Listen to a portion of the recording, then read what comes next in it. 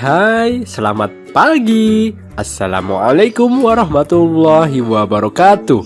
Tetap semangat belajar untuk menjadi anak yang sukses ya. Hari ini kita sudah masuk materi pembelajaran ketiga, tema 4, subtema yang kedua. Materi pembelajaran yang akan kita pelajari kali ini adalah tentang wawancara. Yuk kita pelajari bersama.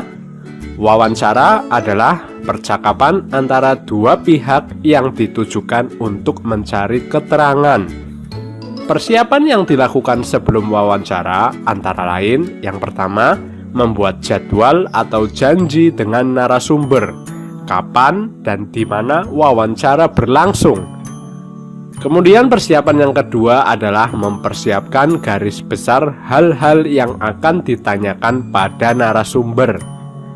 Selanjutnya, mempersiapkan alat pencatat atau perekam yang berfungsi dengan baik.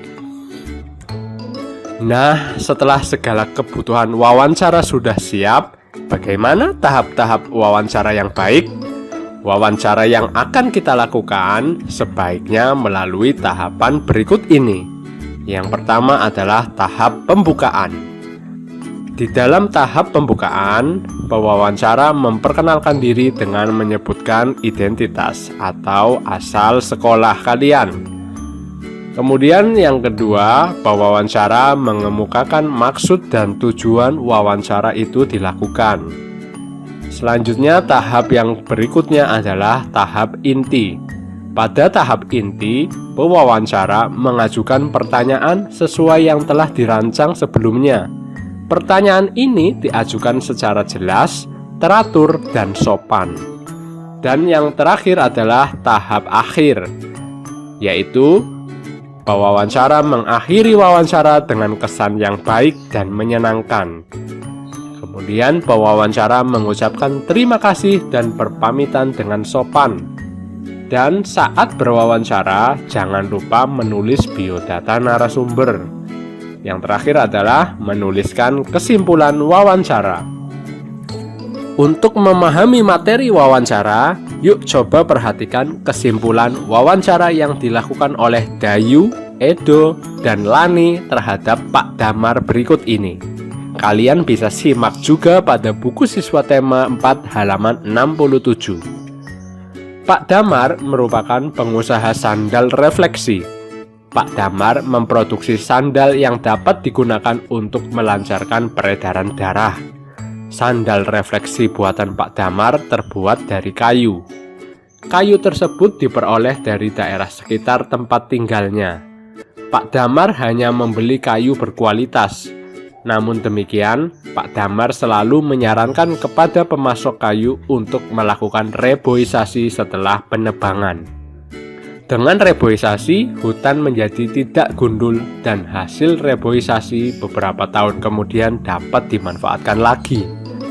Di antaranya, pohon dapat ditebang dan kayunya dapat digunakan lagi. Tenaga kerja di pabrik Pak Damar juga berasal dari warga di sekitar tempat tinggalnya. Sebelumnya, mereka diberi pelatihan terlebih dahulu oleh Pak Damar. Bahkan kini, beberapa tenaga kerja Pak Damar telah membuka usaha sendiri.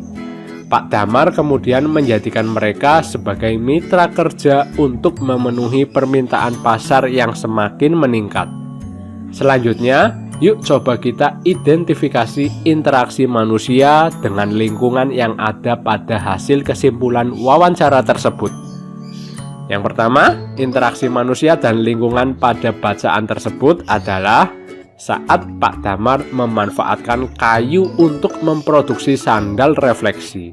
Beliau juga memberdayakan masyarakat sekitar sebagai tenaga kerjanya. Kemudian yang kedua, bagaimana pengaruh interaksi manusia terhadap lingkungan bagi masyarakat dalam bacaan tersebut?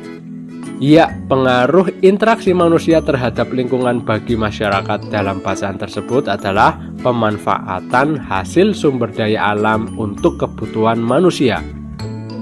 Kemudian yang kedua, meningkatnya kesejahteraan masyarakat.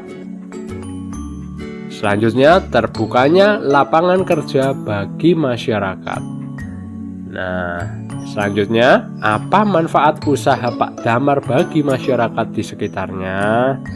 Tepat sekali, manfaat usaha Pak Damar bagi masyarakat di sekitarnya antara lain meningkatkan taraf hidup masyarakat, kemudian membuka lapangan kerja baru, selanjutnya memenuhi kebutuhan masyarakat terhadap sandal refleksi buatan Pak Damar.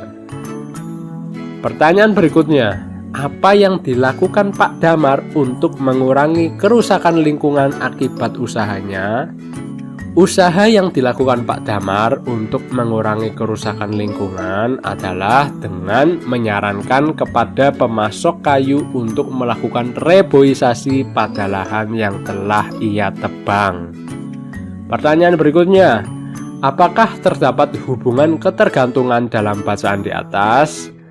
Hubungan ketergantungan dalam bacaan tersebut antara lain yang pertama, Pak Damar membutuhkan pasokan kayu dari pemasok kayu untuk memproduksi sandal refleksi. Pemasok kayu membutuhkan Pak Damar untuk membeli kayunya. Dari hubungan ketergantungan tersebut, keduanya saling memperoleh keuntungan berupa uang. Kemudian hubungan ketergantungan yang berikutnya adalah Pak Damar membutuhkan masyarakat di sekitarnya sebagai tenaga kerja untuk membuat sandal refleksi. Sedangkan masyarakat di sekitarnya juga membutuhkan pekerjaan dari Pak Damar. Dari hubungan ketergantungan tersebut, keduanya juga memperoleh keuntungan berupa uang. Nah, demikian tadi ya penjelasan interaksi manusia dan lingkungan yang terdapat pada bacaan hasil kesimpulan wawancara. Semoga kalian bisa memahami materi yang kakak sampaikan.